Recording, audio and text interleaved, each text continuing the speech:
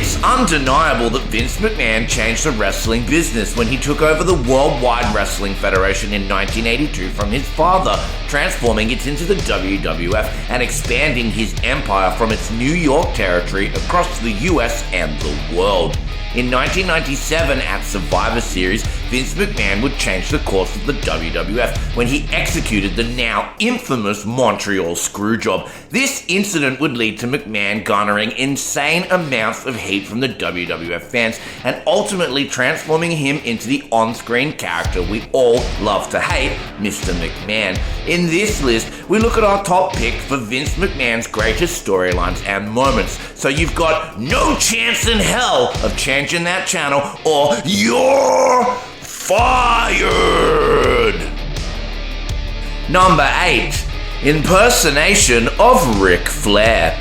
Back in 2002, while Vince and Ric Flair were feuding over the ownership of the WWF, Flair gave Vince a nice black eye, so Vince struck back in the most mature way possible, impersonating Flair on WWF Raw. Of course, this all led up to Flair and McMahon's 2002 Royal Rumble street fight, but it all takes a backseat to seeing Vince in a badly fitting Flair wig, wearing his robe and doing the best ever, worst Ric Flair impersonation.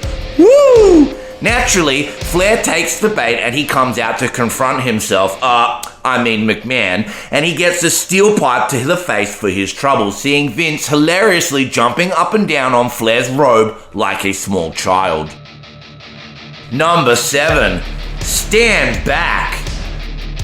At the ludicrously named 37th Annual Slammy Awards in 1987, Vince McMahon stole the whole show with his truly incredible dancing and singing. This segment has everything you could want from the cheesy 80s WWF. Hulk Hogan playing bass in the background and fellow superstars pretending to play the trumpets and saxophones. If you look very closely, you'll even see George the Animal Steele on tambourine.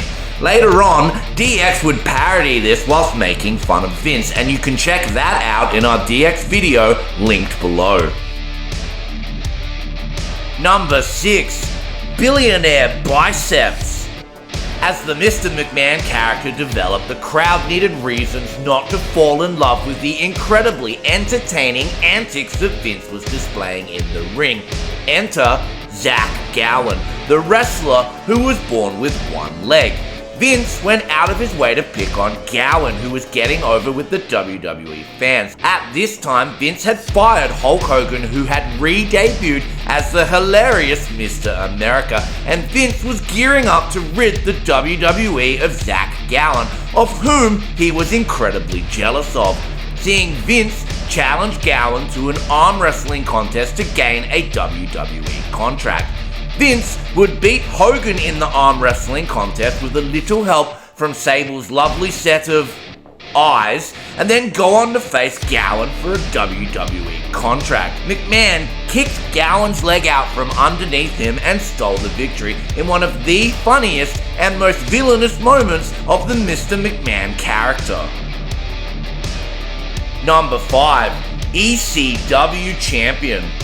After being shaved bald at WrestleMania 23 by none other than Donald Trump, Vince targeted Bobby Lashley for revenge, and he won his ECW Heavyweight Championship at Backlash 2007. This era was lovingly known as Do-Rag Vince. Hiding his bald head while regrowing his hair, Vince donned a do-rag and transformed the Mr. McMahon character once again. Although he would only hold the ECW Championship for a month, this period of Vince's gimmick was one of the funniest to watch, and it was incredibly entertaining. Seeing him annoying John Cena with his gangster-like antics and changing up his signature strut to a hilarious swagger that has to be witnessed to be believed. Do-Rag Vince was an absolute menace to the entire ECW and WWE roster and its entire fan base in some of the most cringe and amazing ways possible. For a gimmick that was purely born out of wanting to hide his bald head, we have to give it to Vince on this one. It was pure genius. Number 4. Kiss My Ass Club.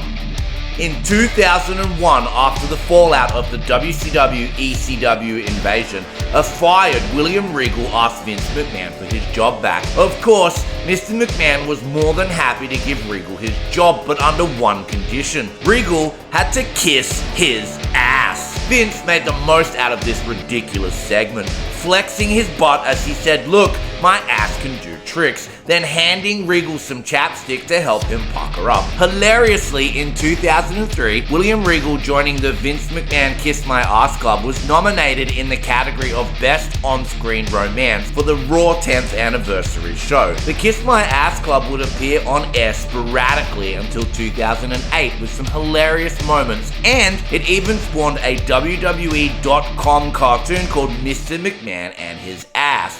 Yep, Vince's ass got its own cartoon. Before the creators of the animated series Assy McGee filed a lawsuit against the WWE over it, of course, and it got cancelled.